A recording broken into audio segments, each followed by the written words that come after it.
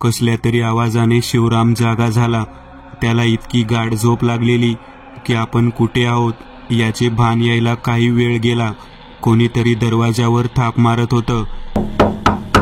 त्याचे घड्याळाकडे लक्ष गेले. रात्रीचे 8 वाजले होते. कसाबसा तो उठला आणि तसाच अर्धवट झोपेत दरवाजाजवळ आला. आता यावेळी इथे कोण असेल, तो स्वतःशीच बोलला. त्याने कडी काढली आणि काहीसा आवाज करत तो भक्कम लाकडी दरवाजा उघडला. बाहेर अंधार पसरलेला आणि दाराबाहेर कोणीच नव्हते. त्याला आश्चर्य वाटले, पण भास झाला असेल अशी समजूत करून त्याने दरवाजा बंद केला आणि कडी लावत होता.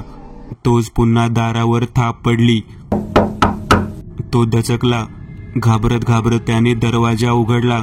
ओसरीच्या बाहेर एक पुरुष उभा होता. भारदार मिशा, डोक्याला पागोटे, कमरेवर धोतर आणि हातात एक काठी. कोण तुम्ही? शिवरामने विचारले. मी या गावात राखण करतो. लय दिवसांनी या घराचा दरवाजा उघडा दिसला म्हणून पाहत होतो कोण आले. मी या घराचा सर्वे करायला आलो आहे. सर्वे म्हणजे? म्हणजे हे घर नीट करून वापरता येईल किंवा पाडावे लागेल वगैरे तपासण्यासाठी आलोय. पाडू नका हे घर, पाडू नका, असं स्वतःशीच बोलत तो पुरुष माघारी फिरला आणि समोर अंधारात दिसेनासा झाला. शिवरामला काही समजले नाही. तो आत आला. बाजूलाच असलेल्या न्हाणीघरातून तोंड धुवून आल्यावर त्याने सोबत आणलेला डबा खाल्ला आणि पुन्हा तिथे झोपला. मध्यरात्री त्याला अचानक जाग आली. त्याचे डोळे उघडले, पण त्याला उठताच येत नव्हते. छातीवर दडपण आल्यासारखे वाटत होते. त्याचवेळी अंधारात त्याला खिडकीजवळ काहीशी हालचाल जाणवली. त्याने जवळच असलेली टॉर्च सुरू केली आणि खिडकीच्या दिशेने फिरवली. त्या खिडकीमध्ये पातळ नऊवारी घातलेली एक तरुण स्त्री उभी होती. कपाळावर कुंकवाची आडवी रेघ, डोक्यावरून घेतलेला पदर, गळ्यात काळी पोत. तिचे ते काळेभोर डोळे शिवरामवरच खिळले होते. एका हाताने तिने खिडकीचा गज पकडलेला. शिवरामच्या तोंडातून शब्द फुटत नव्हता. कोण आहे? तो कसाबसा बोलला. ती स्त्री करकर दात खात तशीच उभी होती.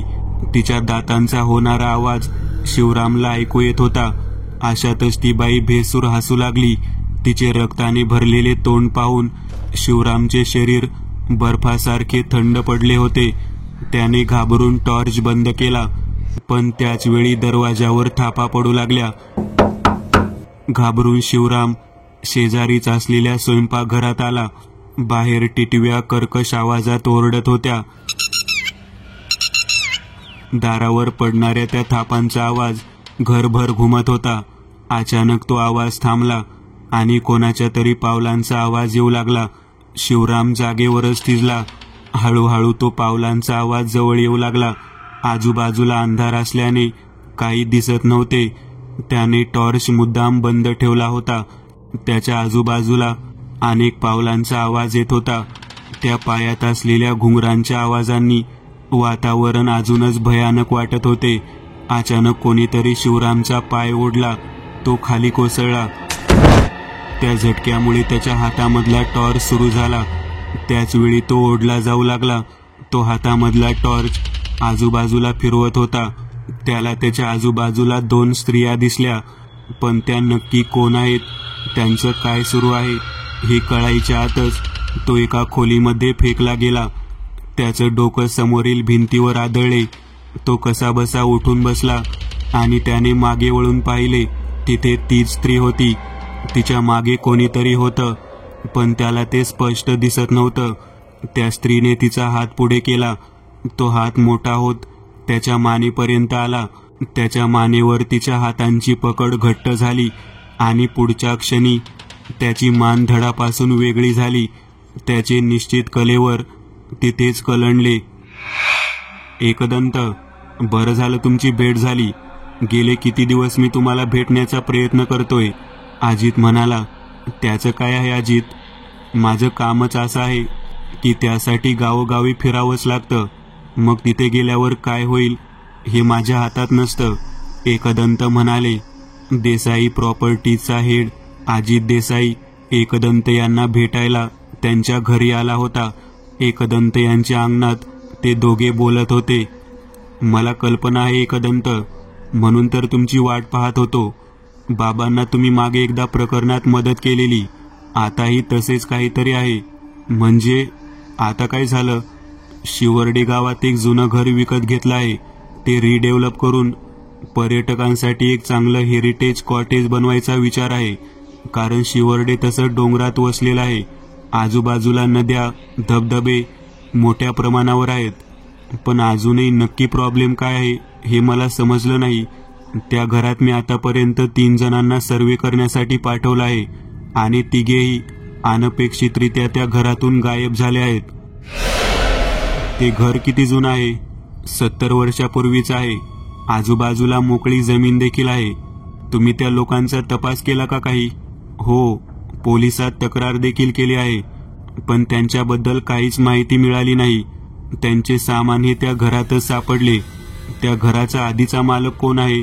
कोणीतरी आदित्य देशमाने आहेत, पण ते परदेशात असतात. त्यांच्या पंजोबांनी हे घर बांधलेले.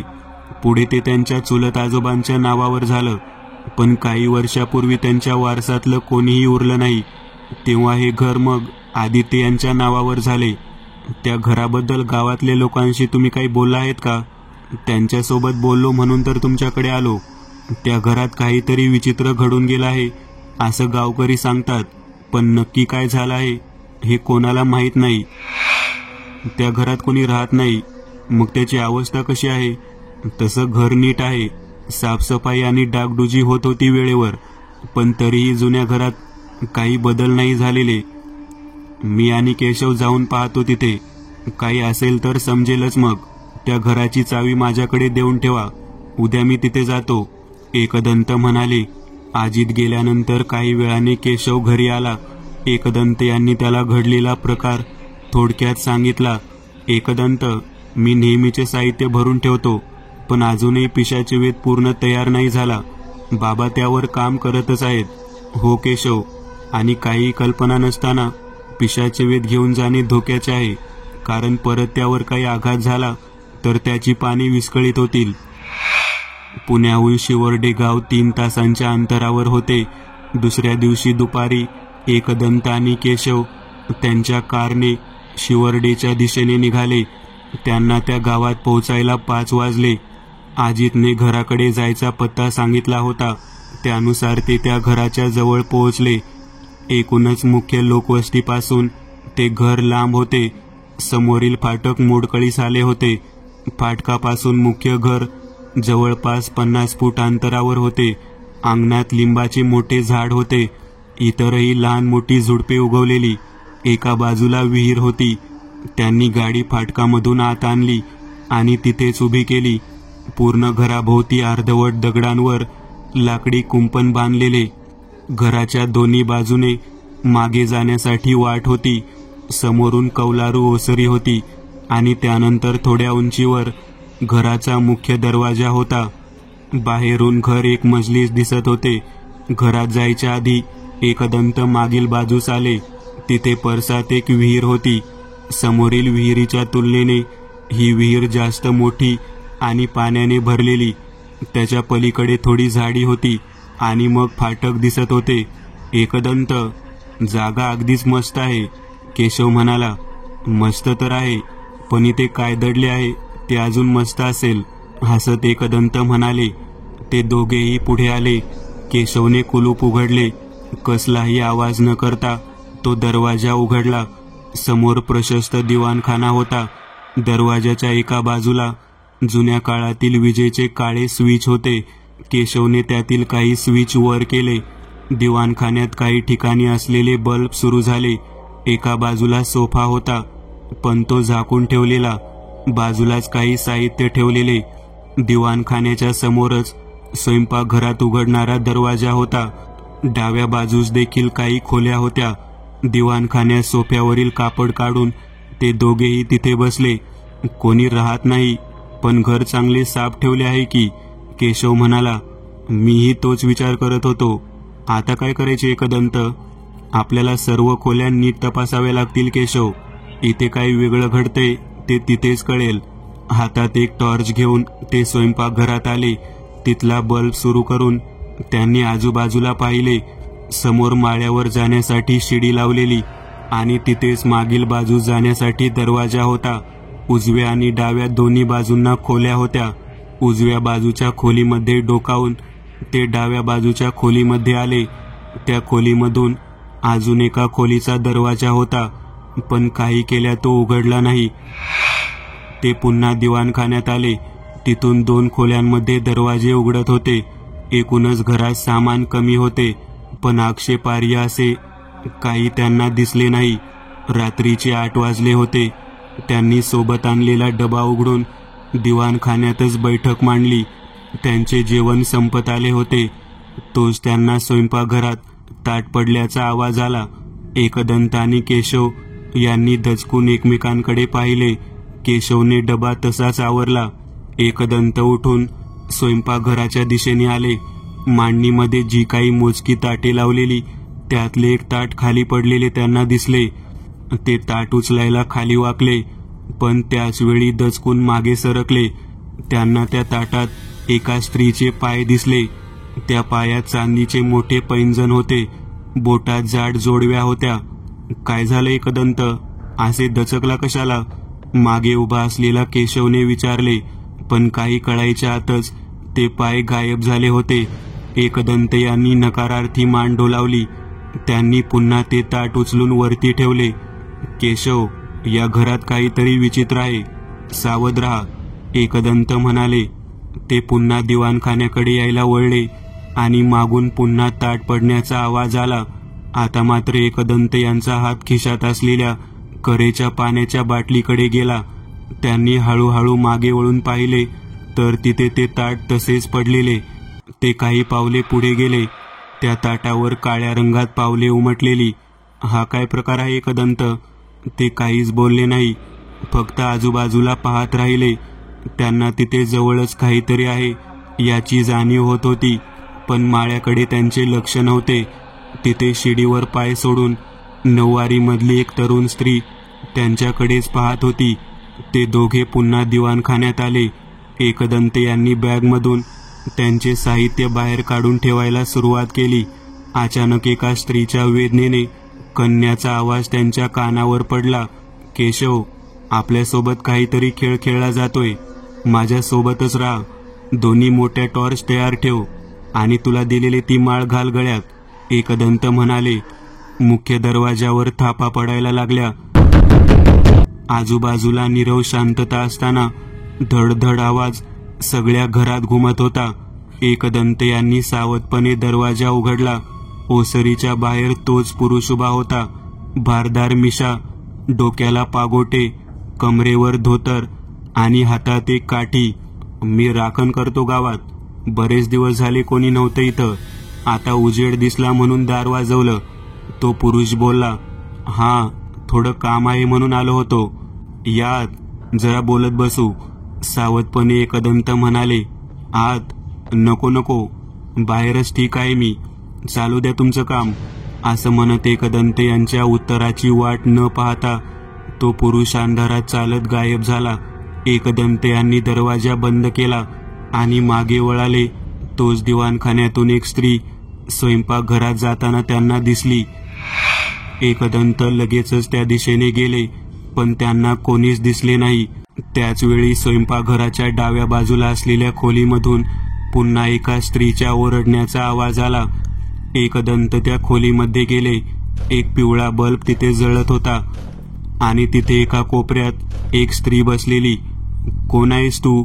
एकदंत यांनी करड्या आवाजात विचारले. त्याच वेळी त्या स्त्रीने मान वर केली आणि तिथे असणारा बल्ब खट आवाज करत फुटला. त्याच्या काचा एकदंत यांच्या अंगावर उडाल्या. त्यांनी दचकून डोळे बंद केले आणि काही वेळाने डोळे उघडले. सगळीकडे अंधार होता. त्याच वेळी अचानक मागून टॉर्चचा प्रकाश आला आणि एकदंत यांना धक्का बसला. त्यांच्या समोर ती स्त्री उभी होती, जवळपास 25च्या वयाची. अंगावर 9वारी साडी, कपाळावर आडवे कुंकू, डोक्यावर पदर. तिच्या डोळ्यात कसलेही भाव नव्हते. ती थंड नजरेने एकदंत यांच्याकडे पाहत होती. एकदंत, काय झालं? मागून केशवने आवाज दिला. त्याच्या हातात मोठी टॉर्च होती. एकदंत यांनी त्याच्याकडे वळून पाहिले आणि पुन्हा समोर पाहिले तर तिथे ती स्त्री नव्हती. त्यांच्या शेजारील खोलीचा बंद असलेला दरवाजा जागेवर हादरायला लागला. दरवाजा हलताना बांगड्यांचा विचित्र आवाज येत होता. जणू काही कोणीतरी आतून तो दरवाजा हलवत होतं. एकदंत आणि केशव त्या दरवाजापुढे उभे होते. नक्की काय घडतंय हे कळायच्या आतच मागून एका लहान बाळाच्या रडण्याचा आवाज आला आणि तो हलणारा दरवाजा बंद झाला. आता त्या घरात फक्त त्या लहान बाळाच्या रडण्याचा आवाज घुमत होता. हळूहळू आवाज करत तो बंद दरवाजा उघडला. आतमध्ये अंधार होता. एकदंत यांनी आतमध्ये टॉर्च फिरवून पाहिले. त्यांना धुळीमुळे नीट काही दिसले नाही. ते आत आले. त्यांच्या मागे केशव आत येतच होता. तोच दरवाजा बंद झाला आणि त्याच सोबत घराचे इतर सगळे दरवाजे बंद झाले. त्या खोलीत एकदंत अडकले. त्यांना आत काही नीट दिसत नव्हते. त्यांच्या हातात टॉर्च होती आणि खांद्यावर अडकवलेली बॅग. त्यांनी आजूबाजूला टॉर्च फिरवून पाहिले, पण त्या खोलीमध्ये काय आहे हे त्यांच्या लक्षात येत नव्हते. बाहेरील कसलाही आवाज आत येत नव्हता. जणू काही ती खोली म्हणजे एक वेगळं जग होती. इथे केशव दरवाजा उघडायचा प्रयत्न करत होता, पण त्याला तो उघडता येत नव्हता. तो पुन्हा मुख्य दरवाजाजवळ आला, पण अचानक त्या दरवाजामधून त्याच तरुण स्त्रीचा चेहरा बाहेर आला. दचकून केशव मागे सरकला. तिथे असलेल्या टेबलाला त्याचा पाय अडकला आणि तो खाली पडला. त्या दरवाजामधून ती स्त्री पूर्ण रूपात बाहेर आली. तिच्या अंगाला कुबट दर्प येत होता. हळूहळू ती केशवच्या जवळ आली. तिच्या तोंडातून 4ही सुळे बाहेर आले होते. जसजशी ती जवळ येत होती, केशवच्या गळ्यात असलेली कवड्यांची माळ गरम व्हायला लागली. ती स्त्री केशववर झेपावली, पण तितक्यात आगीचा लोळ अंगावर यावा तशी ती मागे सरकली आणि दरवाजामध्ये गडप झाली. एकदंत तो दरवाजा उघडायचा प्रयत्न करत होते. त्याचवेळी त्या खोलीमध्ये कसलासा वास पसरू लागला. असंख्य केस एकाच वेळी जळतात तसा तो वास होता. एका कोपऱ्यातून बाळाच्या रडण्याचा आवाज येत होता. एकदंत त्या आवाजाचा कानोसा घेत होते. अचानक त्यांच्या अंगावर काहीतरी पडले आणि त्याच्या धक्क्याने ते खाली पडले. त्यांनी जमिनीवर पडून तसाच टॉर्च आजूबाजूला फिरवला तर त्यांच्या एका बाजूला एक स्त्री पडलेली. तिची मान एकदंत यांच्याकडेच होती. उघडे डोळे त्यांच्यावर खिळलेले. दचकून एकदंत उठून बसले तर आता तिथे ती स्त्री नव्हती. मागून पुन्हा त्यांना धक्का बसला आणि ते पुन्हा जमिनीवर कलंडले. त्यांच्या कमरेला मार लागला होता. हातात टॉर्च तशीच होती. त्यांना जाणीव झाली समोर कोणीतरी उभे आहे. त्यांनी तसाच पालथ पडलेला असताना समोर टॉर्च फिरवला. त्यांना तिथे तेच पाय दिसले जे स्वयंपाकघरात ताटात दिसलेले. त्यांचा हात खिशातील करेच्या पाण्याच्या बाटलीकडे गेला, पण त्याचवेळी समोर असलेल्या त्या स्त्रीच्या पायांपैकी एक पाय त्यांच्या डोक्यावर पडला. प्रचंड वजन डोक्यावर आल्यासारखे एकदंत कळवळले. त्यांना हलता येत नव्हतं, त्यामुळे खिशामधील बाटली बाहेर काढायला जमत नव्हतं.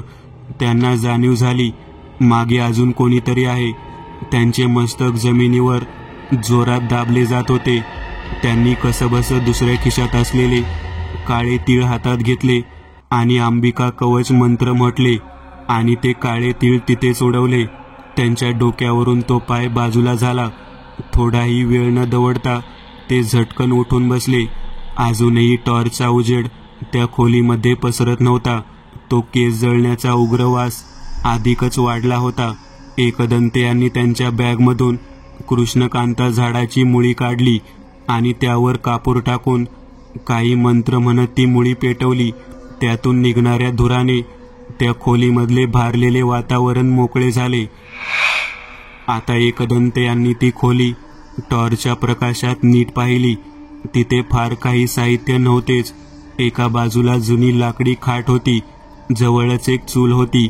भिंतीमध्ये 2 फडताळ होती आणि मागील बाजूस एक दरवाजा होता. एका कोपऱ्यात लाल नऊवारी घातलेली एक स्त्री बसलेली. एकदंत यांनी करेच्या पाण्याची बाटली त्यांच्या हातात घेतली आणि ते पुढे आले. त्याच वेळी तिच्या चेहऱ्यावरचा पदर बाजूला झाला आणि तिचे ते भयानक रूप एकदंत यांच्या समोर आले. ती स्त्री एका कुपोषित बाईसारखी दिसत होती. तिचे केस अत्यंत पातळ पण लांब होते, गाल अगदी आत गेलेले आणि त्वचा चेहऱ्याला चिकटलेली. तिच्या अंगावर थोडेही मांस नव्हते, डोळे अगदी आत गेलेले. त्याभोवती काळी वर्तुळे होती, त्यामुळे बुबळे अधिकच पांढरी दिसत होती. हातात हिरव्या बांगड्यांचा चुडा होता, कपाळावर मोठे आडवे कुंकू होते. तिचे हे रूप आधीपेक्षा अगदी वेगळे होते. ती अगदी यंत्रवत उठली. त्यांच्या मागून लहान बाळाच्या रडण्याचा आवाज आला. एकदंत यांनी मागे वळून पाहिले, पण मागे कोणीच नव्हते. पण त्यांना त्यांच्या गळ्यापाशी काहीतरी. त्यांनी वळून पुढे पाहिले तर तिथे बसलेल्या त्या स्त्रीचा हात लांब होत त्यांच्या गळ्यापाशी आला होता. थोडाही वेळ न दवडता त्यांनी करेचे पाणी तिच्या दिशेने शिंपडले. त्या कोपऱ्यात धुक्यासारखा एक आकार बनला आणि मागील दरवाजा आपोआप उघडला. तो आकार वेगाने त्या दरवाजामधून बाहेर पडला. एकदंत त्यांच्या पाठोपाठ दरवाजामध्ये आले. मागे असणाऱ्या विहिरीच्या दिशेने जात तो आकार नाहीसा झाला. एकदंत यांच्या मागे खोलीमध्ये कसलासा आवाज आला. त्यांनी मागे वळून पाहिले तर भिंतीपाशी एक चटई टाकली होती, त्यावर पानाची पेटी ठेवलेली आणि त्याच्या जवळ एक म्हातारी बसलेली.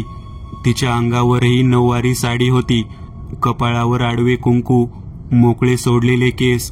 एकदंत यांच्याकडे पाहून ती कुत्सित हसली. तुला काय वाटलं? तू या घरात येशील आणि जिवंत परत जाशील? करड्या आवाजात दात विचकवत ती म्हातारी बोलली. मागील दार बंद होते. अचानक त्या खाटेवर कोणाची तरी हालचाल होताना त्यांना जाणवली. तिथे 30 तरुण स्त्री पडलेली आणि ती वेदनेने विवळत होती. त्या खाटेखालूनच रक्ताचा एक ओघळ वाहत एकदंत यांच्या पायाजवळ आला. ते काहीसे मागे सरकले. ती खाट आपोआप हलायला लागली. त्यांनी न राहून त्या खाटेच्या खाली टॉर्च फिरवला. ते दृश्य पाहून त्यांना धक्काच बसला. तिथे जवळपास 5 दिवसाचे बाळ होते, पण त्याचे मुंडके कापून एका बाजूला ठेवलेले आणि त्याचे धड दुसऱ्या बाजूला हलत होते. तो रडण्याचा आवाज त्याच कापलेल्या मस्तकामधून येत होता. एकदंत यांनी खिशामधून एक ऊद काढला आणि काही मंत्र म्हणत तो पूर्ण खोलीत फुंकला. पण तो फुंकलेला ऊद त्यांच्याच दिशेने आला आणि त्यांच्या डोळ्यात गेला. त्यांच्या डोळ्याची आग होत असल्याने ते डोळे चोळत होते. कसंबसं त्यांनी डोळे उघडले तर त्यांच्या समोर ती म्हातारी नव्हतीच. अजूनही त्यांना नीट दिसत नव्हते. अचानक त्यांच्या गळ्याला पकडून कोणीतरी त्यांना मागे ओढले. त्यांचा तोल गेला आणि ते त्या खाटेवरच पडले. त्यांनी उठायचा प्रयत्न केला, पण त्यांना उठता येत नव्हते. त्यांचे हात आणि पाय खाटेला घट्ट जखडले होते. त्यांच्या हातामधील टॉर्च खाली पडली होती आणि तिचा अर्धवट प्रकाश खोलीमध्ये पसरला होता. त्यांच्या पायाला काहीशी हालचाल जाणवली, पण नक्की काय होते हे त्यांना समजत नव्हते. आणि अचानक त्यांच्या मांडीवरून वरती सरपटत तेज बाळाचे धड येत होते. हा त्यांच्यासाठी धक्का होता. त्या बाळाच्या इवल्याच्या धडावर मस्तक नव्हते आणि मानेमधून रक्त पडत होते. हळूहळू ते बाळ त्यांच्या छातीवर आलं, पण एकदंत यांना हालचाल करता येत नव्हती. त्यांच्या छातीवर दाब पडायला लागला. एकदंत यांनी मोठ्याने हनुमान बंधनमुक्त मंत्रोच्चार सुरू केले. त्यांच्या छातीवर असलेले ते बाळाचे धड गायब झाले आणि त्यांचे हातपाय मोकळे झाले. ते उठून बसले तेव्हा मागील बाजूस असलेला दरवाजा उघडा होता. ते बॅग आणि टॉर्च घेऊन त्या दरवाजामधून बाहेर पडले आणि मागील बाजूस असलेल्या अंगणात आले. बाहेर थोडासा चंद्राचा प्रकाश सोडला तर इतर कसलाही उजेड नव्हता. एकदंत यांनी त्यांच्या बॅगमधून एक अंड काढले आणि ते अंड तळहातावर ठेवून काही मंत्र म्हटले आणि ते त्या विहिरीच्या जवळ गेले. जसजसं ते त्या विहिरीच्या जवळ जात होते ते अंड अधिक वेगाने त्यांच्या हातावरच फिरायला लागले. जसे ते त्या विहिरीच्या काठावर पोहोचले ते अंड उडून त्या विहिरीत पडले. त्या विहिरीमधून तीच म्हातारी स्त्री वरती आली आणि तिने एकदंत यांच्या गळ्यात एक दोर टाकला आणि जशी ती वर आली तशीच पाण्यात गेली. पण तिने टाकलेल्या दोरामुळे एकदंत त्या भरलेल्या विहिरीत ओढले गेले. त्यांची बॅग खालीच पडली, पण हातात ती वॉटरप्रूफ टॉर्च तशीच होती. त्यांनी पाण्यात गेल्यावर श्वास रोखून धरला. ते वेगाने खाली जात होते, पण कसंबसं त्यांनी गळ्यातला फास मोकळा केला. ते पाण्यात पोहायचा प्रयत्न करत होते. त्याचवेळी त्यांचे लक्ष समोर गेले. पाण्यात विहिरीच्या एका भिंतीला ती तरुण स्त्री चिकटलेली. तिचे केस पाण्याने हालत होते. ते उघडे डोळे एकदंत यांच्यावर रोखलेले. पाण्यात टॉर्चचा उजेड जास्त पडत नव्हता, पण तिचे ते भयानक रूप मात्र दिसत होते. ते दुसऱ्या बाजूला वळले तर तिथे ती म्हातारी स्त्री होती. घरामध्ये ती स्त्री गेल्यानंतर केशव उठून बसला होता. त्याच वेळी अचानक दरवाजा उघडला.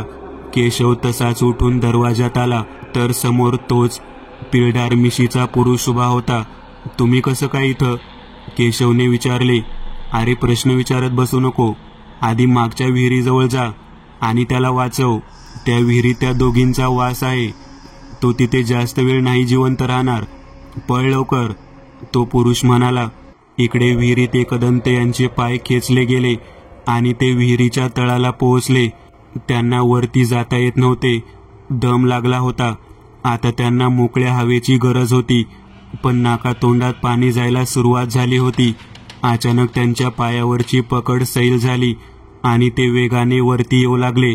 त्यांना विहिरीमध्ये आता त्या दोन्ही स्त्रिया दिसत नव्हत्या. ते कसेबसे पाण्यावर आले. त्यांना खूप दम लागला होता. त्यांनी भानावर येताच काठावर पाहिले. तिथे केशव होता आणि त्याच्या हातात करेच्या पाण्याची बाटली. एकदंत पोहत कठड्याजवळ आले. केशवने त्यांना ओढून विहिरीच्या बाहेर काढले. पूर्ण ओल्या चिंब शरीरामधून पाणी खाली निथळत होते. त्यांना इतका दम लागला होता की बोलता येत नव्हते. हळूहळू ते पूर्ववत झाले. तू अगदी वेळेवर आलास केशव, पण तुला काही झालं नाही ना? एकदंत म्हणाले. केशवने घडलेला सगळा प्रकार एकदंत यांना सांगितला आणि म्हणाला, मी तुमच्या बॅगमध्ये असलेली करेच्या अभिमंत्रित पाण्याची बाटली या विहिरीत ओतली. त्याचमुळे तर वाचलो मी, नाहीतर काही खरं नव्हतं. पण एकदंत, इथे काय प्रकार सुरू आहे? इथे 3 वाईट शक्ती आहेत केशव, पण माझा अंदाज आहे त्यात एक जण काळी जादू करणारी स्त्री आहे. तिने त्यातलाच एक प्रयोग माझ्यावर केला. तो फास टाकताना माझी पूर्ण शक्ती त्या फासाने खेचून घेतली होती आणि त्याचमुळे ती मला विहिरीत ओढू शकली. पण तो पुरुष कोण हा प्रश्न उरतोच आहे. ते पुढील अंगणात आले. एकदंत यांनी गाडीमधून सुके कपडे घातले. ते दोघे पुन्हा मुख्य दाराने घरात आले. केशव, हे जे काय आहे ते त्याच खोलीशी संबंधित आहे. पुन्हा त्या खोली जाऊन पाहू, एकदंत म्हणाले. ते दोघेही त्या खोलीमध्ये आले. त्यांना त्या खाटेवर ती तरुण स्त्री पडलेली दिसली. तिचा अवतार पाहून केशव घाबरला. ती स्त्री वेदनेने कळवळत होती. तिची नऊवारी साडी कमरेपासून खाली फाडलेली. तिच्या मांडीमधून रक्त वाहत होते. केशव, घाबरू नकोस, आपल्याला इथे एक यज्ञ करावा लागेल, एकदंत म्हणाले. केशवने बॅगमधून यज्ञाचे सामान काढून ठेवले. एकदंत यांनी त्यांच्या जवळ असलेल्या भस्माने रिंगण आखले आणि त्या रिंगणात यज्ञकुंड ठेवले. काही वस्तू समोर मांडून ठेवल्या आणि मंत्र म्हटले. त्यानंतर त्यांनी हातात पाणी घेतले आणि पुढील मंत्र म्हटले. त्यांनी ते पाणी तिथे जमिनीवर सोडले. त्याचवेळी ती स्त्री गायब झाली आणि वादळ यावे तसा धाडकन मागील दरवाजा उघडला. एक काळी आकृती घोंगावत त्यांच्यावरून फिरत होती. एका पडताळाचे दार आपोआप उघडले आणि त्यातून काही चित्रविचित्र वस्तू बाहेर पडल्या, ज्यात काळी सुकलेली लिंब, सुकलेले पक्षी अशा अनेक गोष्टी होत्या. हे सगळे एकदंत यांच्या जवळ सरकत होते, पण त्यांनी आखलेल्या रिंगणाला स्पर्श होताच ते जळून गेले. केशवने यज्ञकुंडात अग्नी पेटवला आणि ती खोली प्रकाशाने उजळली. त्या दोघांच्याही मागे त्या स्त्रिया उभ्या होत्या, पण त्या रिंगणाच्या बाहेर होत्या. अशातच त्या खाटेखालून त्या मस्तक विरहित बाळाचे धड बाहेर आले आणि ते सरपटत त्या रिंगणाच्या भोवती फिरत होते. वातावरण पूर्ण भारलेले. त्या स्त्रीच्या रडण्याचा आवाज अंगावर काटा आणत होता. एकदंत यांनी हातात ऊद घेतला आणि पुढील मंत्र उच्चार सुरू केले. असं म्हणत त्यांनी प्रत्येक एक आवर्तनानंतर थोडा ऊद यज्ञात टाकला. जसजशी आवर्तने वाढत होती त्या स्त्रियांच्या विवळण्याचे आवाज येऊ लागले. यज्ञातून निघणारा धूर खोलीभर पसरला होता. अशातच एक आगीचा लोट हवेत झेपावला आणि त्याने एका स्त्रीची आकृती साकारली. 3 डोळे आणि नाकात गोलाकार आभूषण अशी भव्य आकृती होती ती. तिचा 3रा डोळा चकाकत होता. ती आकृती पूर्ण खोलीत फिरली आणि जणू काही त्यांचा घास घ्यावी असं त्या आकृतीने रिंगणाबाहेर असणाऱ्या स्त्रियांना आणि लहान बाळाच्या धडाला स्वतःमध्ये सामावून घेतले. त्या भव्य आकृतीच्या आगमनाने पूर्ण वातावरण मोकळे झाले होते. ती आकृती जशी आली तशीच यज्ञात सामावली. केशव, इथलं काम झालं आहे, आवर हे सगळं आता, एकदंत म्हणाले. केशवने सर्व साहित्य आवरले. रात्रीचा 1 वाजला होता. ते दोघेही सर्व साहित्य घेऊन दिवाणखान्यात आले, पण दोघेही जागीच थबकले. तिथे सोप्यावर तो पुरुष बसला होता. मोठं काम केलं तुम्ही दोघांनी, लय आभारी आहे तुमचा, तो पुरुष म्हणाला. पण तुम्ही कोण? एकदंत यांनी विचारले. मी रावसाहेब, या घराचा मूळ मालक, पण गेली कित्येक वर्ष मुक्तीविना या घराच्या बाहेर भटकत होतो. त्याचे बोलणे ऐकून दोघांनाही आश्चर्य वाटले. म्हणजे तुम्ही? एकदंत हे बोलतच होते तोच तो पुरुष गायब झाला आणि अचानक त्यांच्या समोर आला आणि म्हणाला, म्हणजे मला देह सोडून 40 वर्ष झाली. दचकून ते दोघेही मागे सरकले. घाबरू नका, तुम्ही मला मुक्त केलंय, पण इथे नक्की काय प्रकार होता रावसाहेब? एकदंत यांनी विचारले. रावसाहेबांनी सांगितलेला वृत्तांत काहीसा असा होता. रावसाहेबांना एक मुलगा होता, धीरज. त्याचे लग्न हेमांगी सोबत झाले होते, पण त्या हेमांगीचं तिच्या सासूसोबत म्हणजेच कावेरी सोबत अजिबात जमत नव्हतं. कावेरी वामाचार तंत्रामध्ये तरबेज होती. त्याचा वापर करून एखाद्या आत्म्याला बंदी बनवणे वगैरे अनेक काळ्या विद्या तिला प्राप्त होत्या. जेव्हा हेमांगी बाळंतीण झाली तेव्हा कावेरीने 5व्या दिवशी एका काड्यामधून तिला विष पाजले. ती मेल्यानंतर तिच्या उजव्या मांडीचे हाड काढून घेतले आणि हेमांगीच्या बाळाचा देखील बळी दिला. कारण जेव्हा ओली बाळंतीण मरते तेव्हा ती हाडळ बनते, पण त्यापूर्वी जर तिच्या मांडीचे हाड काढून घेतलं आणि तिच्या बाळाचा बळी दिला तर ती ते हाड काढणाऱ्याची गुलाम बनते. ते हाड काढून तिने तिची मांडी अगदी नीट बांधली. त्यामुळे नंतर कोणाला काही संशय आला नाही. जेव्हा हेमांगी हाडळ बनली तेव्हा ती कावेरीची गुलाम झालेली, पण त्या हाडळीला लोकांचे मांस खायला लागत होते. कावेरीच्या अशा गुणांबद्दल रावसाहेबांना आधीपासूनच तिटकारा होता. त्यानंतर जेव्हा रावसाहेब मृत्यूपत्र बनवत होते तेव्हा त्यांनी कावेरीला काहीही दिले नाही. पूर्ण संपत्तीही त्यांच्या मुलाच्या नावावर केली होती आणि त्या मुलाच्या पश्चात देखील ती कावेरीला मिळू नये अशी अट त्यात घातली. यामुळे चिडलेल्या कावेरीने धीरज बाहेर गेलेला असताना रावसाहेबांना विष देऊन मारले आणि हेमांगीच्या आत्म्याच्या मदतीने त्यांना अंगणातच लिंबाच्या झाडाखाली गाडले. रावसाहेब गायब झाले. अशीच तिने आवई उठवली. त्यामुळे रावसाहेबांचा देह अग्निडाग आणि विधी यांच्याशिवाय तिथेच पडून राहिला आणि त्यांचा आत्मा तिथेच भटकत राहिला. कावेरीला याची कल्पना होती, त्यामुळे तिने स्वतःच्या रक्षणासाठी काळ्या विद्येने एक बंधन बनवले. रावसाहेबांच्या आत्म्याला कधीही त्या घरात येता येणार नव्हते, ना कोणाला काही सांगू शकणार होते, ना ते कोणाला दिसू शकत होते. एक दिवस त्या घरावर दरोडेखोरांचा हल्ला झाला.